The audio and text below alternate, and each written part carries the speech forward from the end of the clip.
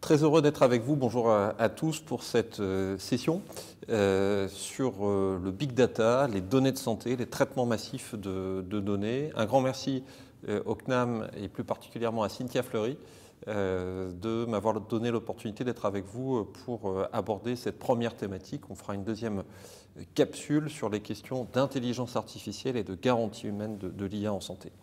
Donc moi, je suis David Grezon, je suis directeur du programme santé du groupe Jouve et par ailleurs fondateur d'Ethic IA. Ethic IA, c'est un vecteur qui développe des outils de régulation positive du déploiement des traitements de données et de l'intelligence artificielle en santé. Donc cette première capsule est plus focalisée sur les données de santé elles-mêmes, en vous précisant qu'est mis à votre disposition dans le cadre de ce MOOC un support de présentation plus complet dans lequel vous trouverez l'ensemble des références ou des thématiques que j'évoque et avec des liens hypertextes qui vous permettront d'aller vers de la documentation plus précise si vous voulez approfondir ces sujets. Donc les traitements massifs de données, les données, qu'est-ce que c'est ? On en a un besoin crucial dans notre système de santé en France, dans un contexte évidemment encore plus de crise sanitaire. Et évidemment, il faut rendre hommage dans ce contexte si complexe aux professionnels de santé qui sont en première ligne pour répondre à cette crise. On en a besoin. Qu'est-ce que c'est ? Vous avez déjà entendu, comme moi, sans doute à de multiples reprises, l'expression big data qui renvoie à des traitements massifs de données. C'est une expression, le big data, qui apparaît claire. Elle a l'apparence de la clarté. On a le sentiment qu'on comprend cette idée assez facilement en première intention. Une clarté opérationnelle d'abord.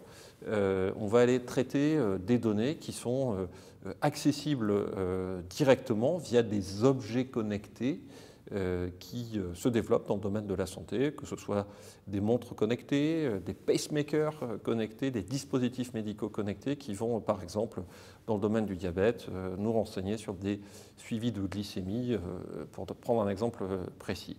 Ou alors des données qu'on va aller chercher dans les systèmes d'information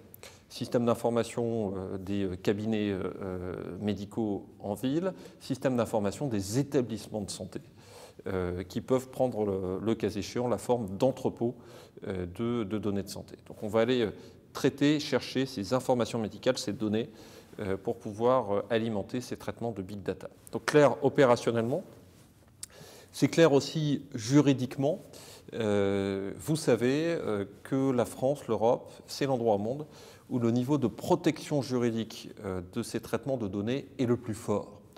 Et à vrai dire, c'est le cas depuis longtemps, depuis la loi informatique et liberté en France en 1978, et puis avec toutes les dispositions, le cas échéant sanctionnable sur le plan pénal, de protection du secret médical, avec une jurisprudence abondante qui a été développée sur ces sujets. Et c'est encore plus le cas depuis l'entrée en vigueur en Europe, vous le savez, du règlement général sur la protection des données, qui est un socle particulièrement puissant de protection de ces données et qui l'est encore plus vis-à-vis des données sensibles, évidemment, premier rang desquelles figurent les données de santé. Donc c'est clair juridiquement, retenez cette idée, la France et l'Europe, c'est le lieu au monde où on protège le plus en droit les traitements applicables à nos données de santé. Troisième élément de clarté a priori, pourquoi est-ce qu'on fait des traitements de données de santé ? Eh bien, tout simplement pour améliorer l'efficacité de notre système de santé et d'abord, surtout, la qualité de la prise en charge des patients. Et on a un système de ce point de vue-là qui est très perfectible. Il faut bien le reconnaître, encore une fois, quels que soient les mérites de toutes éminents, de toutes celles et tous ceux qui agissent pour notre santé au quotidien. On a un système qui manque de pilotage par les données, de data management, et vous le ressentez tout particulièrement dans plusieurs domaines. D'abord, les questions de prévention. Ça a été parfaitement documenté par de multiples interlocuteurs que la France est en retard sur le développement d'efforts de prévention. On a un système qui est très bon sur le plan curatif, mais beaucoup moins sur l'anticipation, la prévention. Et pour prévenir, guider les patients dans leur parcours de prise en charge, eh bien, il faut des données pour essayer d'évaluer leur niveau de risque, mettre les professionnels en capacité de nous aider à définir des parcours de prise en charge dans lesquels on va s'insérer. Et vous voyez que cet aspect-là est particulièrement lacunaire dans le vaste champ des maladies chroniques et des maladies du métabolisme, que ce soit le diabète ou l'insuffisance rénale chronique. On a besoin d'outils pour nous aider dans notre suivi quotidien, mais aussi pour améliorer notre qualité de vie. Je parlais de suivi de glycémie un petit peu plus tôt. Il y a urgence, et ça existe déjà avec des outils qui se développent, de développer des suivis de glycémie permettant d'améliorer la qualité de vie des patients diabétiques, et tout particulièrement la nuit, qui est un moment très important et parfois avec de grandes difficultés à assurer le suivi de glycémie la nuit pour ces patients. Donc on va faire tout ça pour améliorer la qualité du système pour les patients, améliorer aussi son efficience, c'est-à-dire concentrer l'effort, notamment humain, économique, sur les domaines les plus prioritaires et essayer d'avancer pour avoir un système qui en donne plus pour la qualité de nos concitoyens. Et en donne mieux, évidemment. Donc, cette notion de big data, vous mesurez bien en première intention qu'elle semble claire. Néanmoins, vous avez aussi, comme moi, un peu la sensation que cette clarté apparente dissimule une réalité peut-être plus ambiguë, plus complexe. Et de fait, cette idée de big data, de traitement massif de données, d'abord est une notion très polarisée. C'est une notion qui a de grands supporters, de fervents partisans, mais c'est aussi une notion qui a de farouches opposants sur le thème Big Data, Big Brother, des traitements de données tout à fait attentatoires à nos libertés publiques, à notre vie privée. Et vous sentez bien comme moi qu'il faut se défier dans le débat public, surtout en ce moment, de notions beaucoup trop polaires, beaucoup trop polémiques. Donc au-delà de cette dimension un peu polémique de la notion de Big Data, il y a derrière cette surface agitée une réalité plus profonde et peut-être un risque plus profond dans cette notion, qui est l'idée, vous avez déjà entendu sans doute aussi cette notion, de l'acte donné. L'idée que toutes les données seraient sur le même plan. Et vous voyez bien que cette notion est un peu dangereuse. Elle est dangereuse parce que, en réalité, toutes les données de santé ne se valent pas. Ce qu'il y a dans mon smartphone ne vaut pas, en termes de données de santé, bien sûr, ce qu'il y a dans mon dossier médical, qui ne vaut pas mon génome. Et vous comprenez bien que des deux côtés de cette gradation des données de santé, que ce soit des données moins sensibles ou des données plus sensibles, il faut avoir des approches sans doute différentes.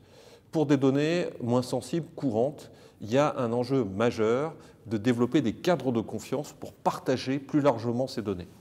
C'est une des vocations du Health Data Hub, la plateforme nationale de traitement des données de santé, qui a été mise en place sous égide des pouvoirs publics depuis 3 ans maintenant. Alors on dit souvent en France que notre pays a les meilleures bases de données au monde en santé. C'est à la fois vrai et c'est à la fois faux. C'est vrai, on dispose de la base de données la plus profonde s'agissant de la donnée de remboursement, la donnée médico-économique, celle de l'assurance maladie, c'est le système d'information de l'assurance maladie, ce que l'on appelle le SNIRAM. Mais c'est faux d'un autre côté, puisque cette base de données de remboursement est distincte, séparée de la donnée clinique elle-même, le compte-rendu médical, le scan, l'IRM, qui restent enfermés la plupart du temps dans les systèmes d'information de nos cabinets médicaux ou dans les entrepôts de données de santé des établissements de santé. C'est une des vocations du Health Data Hub de pouvoir réconcilier ces données, d'opérer des traitements de données croisés. C'est là où l'information est la plus riche pour définir des outils qui amélioreront notre santé. Et le Health Data Hub propose un cadre de confiance permettant de faire ça. On en est maintenant à 55 programmes de traitement de données mis en œuvre sous égide du Health Data Hub dans des domaines aussi divers que l'AVC ou la prise en charge des patients en urgence. Donc ça fait progresser la compréhension de ces questions de santé. Ça permet de développer des outils plus efficaces, mais vous comprenez bien qu'il y a un enjeu de partage dans un cadre de confiance. Quand on est de l'autre côté du spectre, c'est-à-dire du côté des données plus sensibles, et plus particulièrement des données génétiques, là, il y a un enjeu, en sens inverse, de les protéger davantage pour sortir de, vous voyez, cette idée, lac de données où on mettrait un peu tout sur le même plan. Là, il en va du cœur de ce qui nous constitue. Et c'est pourquoi la loi de bioéthique, la première, dès celle de 1994, cette loi a défini un statut plus protecteur pour les données génétiques, les traitements applicables à ces données, qui doivent faire l'objet de régimes d'autorisation spécifiques par la CNIL pour pouvoir protéger ces données plus sensibles. Et donc vous comprenez bien qu'il faut avoir cette approche plutôt d'une gradation du niveau de régulation des données de santé en fonction de leur sensibilité, si on veut être pertinent, efficace, pour à la fois développer des outils effectifs pour améliorer l'efficacité du système de santé, mais aussi protéger l'essentiel, les données les plus importantes. En rappelant évidemment que nous sommes dans un cadre à la base protecteur très fortement pour l'ensemble de ces données de santé. Donc vous comprenez, j'espère maintenant un petit peu mieux ce que sont les enjeux de traitement de ces données. C'est avec ça qu'on va pouvoir développer de grands programmes de recherche à la fois au stade fondamental, mais aussi au stade plus appliqué, au stade clinique. Et c'est avec ça aussi que l'on pourra derrière permettre aux professionnels de gagner du temps. C'est très important en développant des outils mieux partagés. C'est un des buts de l'espace de santé, mon espace de santé, l'espace numérique, qui va entrer en jeu début 2022 pour nous permettre enfin de disposer d'un dossier médical informatisé. On a mis du temps pour faire ça en France, on y arrive enfin. Et puis pour développer des outils d'intelligence artificielle, des algorithmes qui vont nous permettre de mieux piloter le système de santé et de mieux diagnostiquer nos pathologies, de mieux guider les parcours de prise en charge des patients. C'est un enjeu en soi, l'intelligence artificielle en santé, mais aussi la régulation de ces enjeux éthiques par la garantie humaine. Et c'est le second thème que j'évoquerai avec vous dans le cadre de ce MOOC, dans le cadre d'une pastille qui sera dédiée à ces enjeux liés en santé et sa garantie humaine. Merci de votre attention. Vous avez toutes les références que j'indiquais dans le support de présentation qui est associé à ces deux capsules. Et au plaisir, j'espère, de vous retrouver pour le deuxième épisode, l'IA en santé et sa garantie humaine.